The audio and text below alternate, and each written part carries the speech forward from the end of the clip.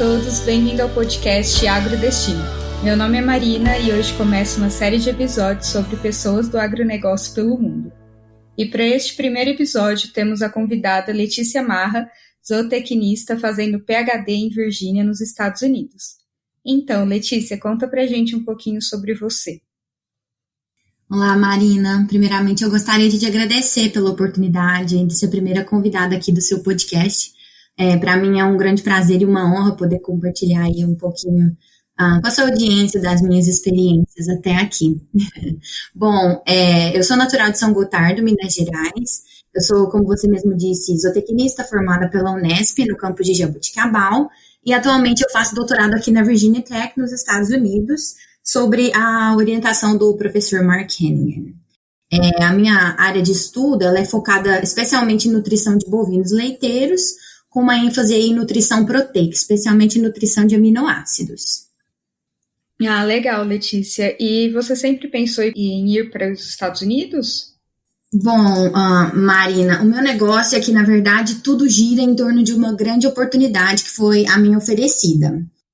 Os Estados Unidos foi o país que me acolheu quando eu fui fazer intercâmbio com 17 anos, alguns anos atrás, sobre uma escolha aleatória.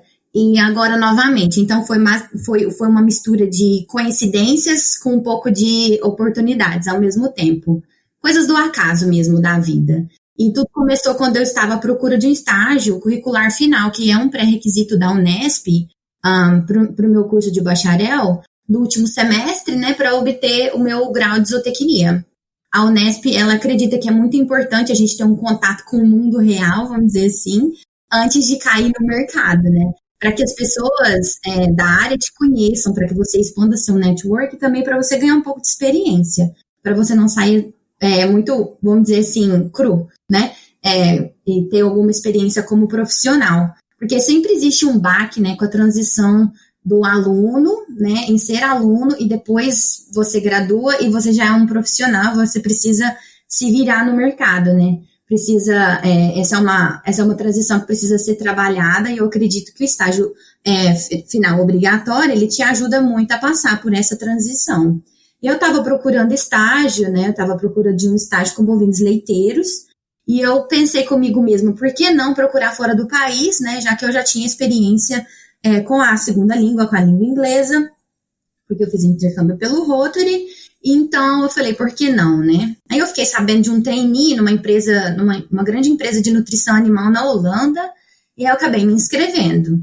E aí, durante o processo, eles acabaram entrando em contato comigo, e acabou que o estágio não se concretizou, porque a empresa não tinha um experimento animal na época que eu gostaria de estar indo fazer o estágio, e, portanto, não seria financeiramente viável para eles arcarem com as minhas despesas.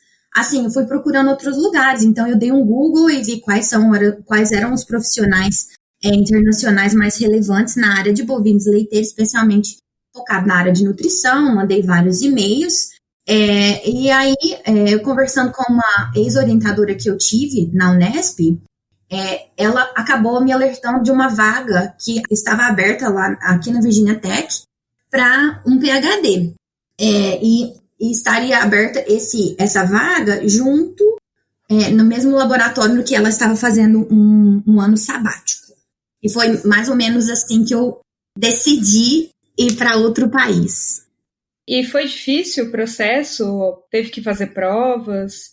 Então, aqui, como eu havia mencionado anteriormente, eu conversando com a minha orientadora, eu expliquei para ela, eu falei, bom, eu tenho muito interesse nessa vaga, porque eu acredito que grandes oportunidades não passam duas vezes, só que eu expliquei para ela que antes de aplicar para uma pós-graduação, eu precisava finalizar, né, os meus processos na graduação. Então, eu acredito que foi aí o ponto-chave, que foi minha ex-orientadora, ela foi basicamente a ponte para isso tudo acontecer, né? Então, depois de alinhar as minhas ideias com ela, eu conversei com um pesquisador, que no caso era o Dr. Hennigan, e aí eu fiz um teste de proficiência aqui na Virginia Tech e depois uma análise de currículo. E depois ele me aceitou para ser uma estagiária remunerada.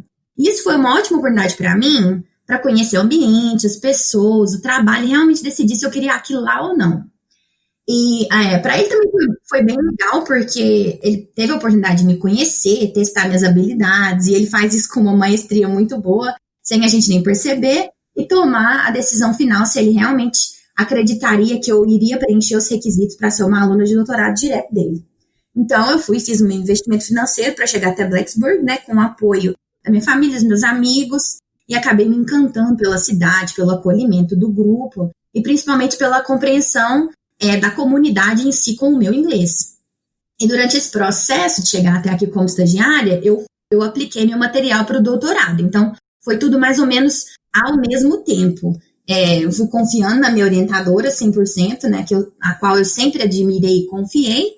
E aí eu fiz a aplicação, que basicamente a gente participa de todos os processos que um estudante americano também passa e que a faculdade exige. Então, o meu processo não foi diferente de nenhum estudante que estuda aqui na Virginia Tech. No caso, é um processo padrão, no qual, no Brasil, eu fiz o GRE, que é o Graduate Record Examination, que é um teste de habilidades, que eles testam sua habilidade de raciocínio, de escrita, de lógica, de matemática, e o TOEFL, que é uma proficiência inglesa, né, que ele também te avalia, te examina diferentes áreas, habilidades do seu inglês, como a fala, escuta, a interpretação, a escrita. E também, além disso, eu fiz a tradução do meu currículo como profissional, obtive cartas de recomendações de outros profissionais, fiz entrevista, e aí esse foi basicamente o meu processo para a aplicação do doutorado aqui. E aí eu vim para cá, para Blacksburg, fiz o meu estágio, trabalhei bastante, e aí eu decidi que realmente era aquilo que eu queria fazer, e faltando mais ou menos um mês para o meu estágio acabar, eu recebi a carta de aprovação da universidade com o departamento e a aceitação do professor, que no caso é o Mark Hennigan. Ah, que legal todo esse processo. Muito realizador, eu acho, né? Deve ser receber a aprovação. Nossa, é uma coisa que eu jamais estava esperando. Eu apliquei realmente pela oportunidade e por saber que existia uma ponte ali, mas eu jamais imaginava que aquilo ali realmente se concretizaria de alguma maneira.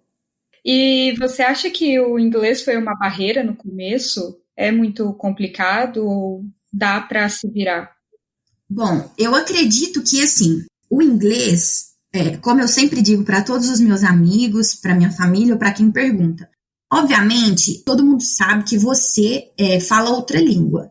Então, aqui, especialmente aqui nessa comunidade, eu fui muito bem acolhida, porque o pessoal entendia, compreendia e fazia força mesmo para entender o que eu dizia. Bom, eu já tinha o inglês, então eu conseguia me virar muito bem, mas até hoje a gente tem erros bem grosseiros em relação à língua inglesa, algumas regras, mas o pessoal, ele é um pessoal muito acolhedor, muito compreensivo.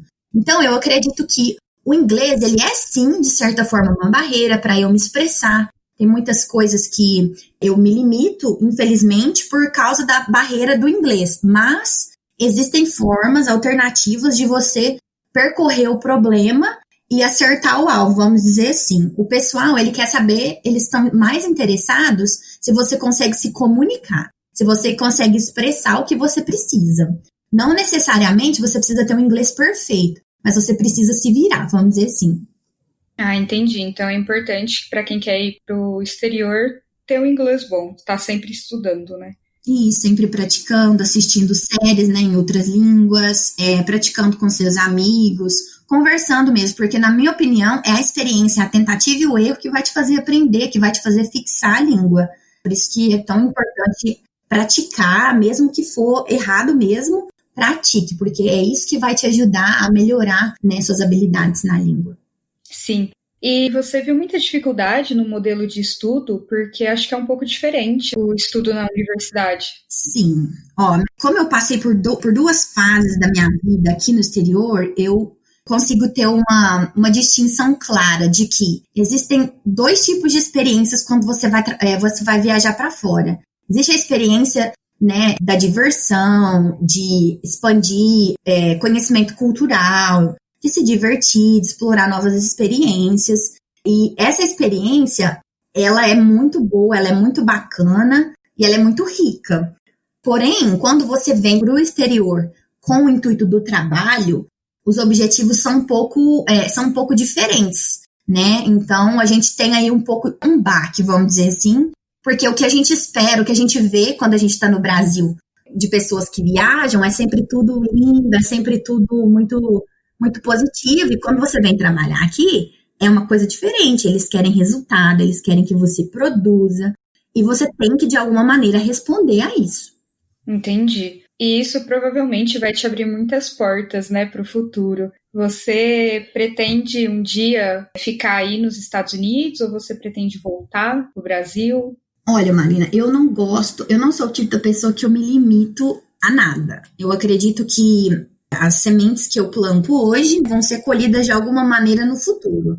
Eu tenho alguns planos, mas eu não gosto de fazer planos a longo prazo, porque, por exemplo, agora, todos nós estamos em isolamento aí devido à pandemia do Covid-19. Eu estou em isolamento desde março, trabalho em casa, de casa para fazenda, fazenda para casa, e nosso destino pode mudar muito rápido em um curto prazo de tempo. Então, eu não gosto de me limitar, mas eu venho me capacitando aqui na Virginia Tech para, no futuro, se tudo der certo, se o meu destino, se Deus quiser, em ser uma professora universitária.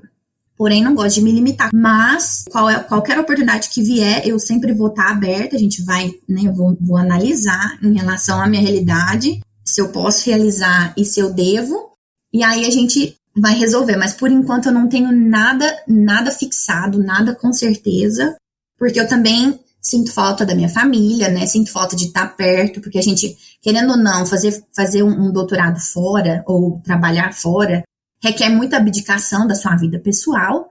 Então, eu estou colocando na balança isso e muito provavelmente eu vou colocar isso na balança quando a hora da decisão do emprego, de que caminho seguir, chegar. Mais uma pergunta, Lê. Você vê que tem muitas oportunidades para brasileiros no exterior ou não há tantas? Marina, eu acredito que existe muita oportunidade para os brasileiros aqui. Porque, como eu costumo dizer, a gente sabe trabalhar. A gente põe a mão na massa, a gente se arrisca, a gente quer resolver, a gente trabalha duro, a gente sabe o valor do trabalho. E isso é uma coisa que não é fácil de se ver aqui. O pessoal aqui trabalha muito, tem uma produtividade absurdamente alta. Produtividade, quando eu digo produtividade, eu me refiro a horas de trabalho com resultado obtido. Aqui eu preciso trabalhar horas, muito mais horas do que um americano normal, para poder entregar o mesmo resultado ali para o meu orientador. Mas eu acredito que o brasileiro, como ele sabe trabalhar, ele quer trabalhar, ele não se cansa fácil, existe muita oportunidade. O que eu acredito que às vezes a gente peca um pouco seria mesmo em realmente ser disciplinado e aprender o inglês, mesmo com todas as barreiras aí em relação a financeiro, ou a cultura, ou a oportunidades. Mas eu percebo que as pessoas procuram profissionais que querem trabalhar e que estão abertos a aprender, a se capacitar e a arriscar mesmo e se dedicar a essa vida profissional. Ah, sim. Eu acho que brasileiro é muito dedicado em relação ao trabalho, né? Ele é muito esforçado. Exatamente. A gente tem uma dedicação e uma resiliência muito, muito importantes, muito imprescindíveis para a gente poder realizar, sabe? O que a gente quer realizar. Obviamente, a gente tem que ter muita resiliência, a gente tem que manter o foco, e eu acredito também que o nosso lado emocional, ele é muito aflorado, então eu acredito que a gente precisa também trabalhar esse lado emocional para a gente não confundir o emocional com o profissional. Aqui, o que é certo, o que é errado, né? A gente tem uma reunião no qual o que é certo vai ser dito, o que é errado vai ser dito, mas da porta para fora somos todos amigos. Então, a gente precisa conseguir separar, né, as críticas que são profissionais para você melhorar como profissional e aquilo que é só emocional que você está tomando para si. Então, isso é muito importante quando você está pensando em vir para fora. Não é porque alguém te criticou que isso quer dizer que a pessoa não gosta de você ou não gosta do seu trabalho. Naquele momento específico, para aquele trabalho específico, você não desempenhou da maneira como esperavam ou como gostaria.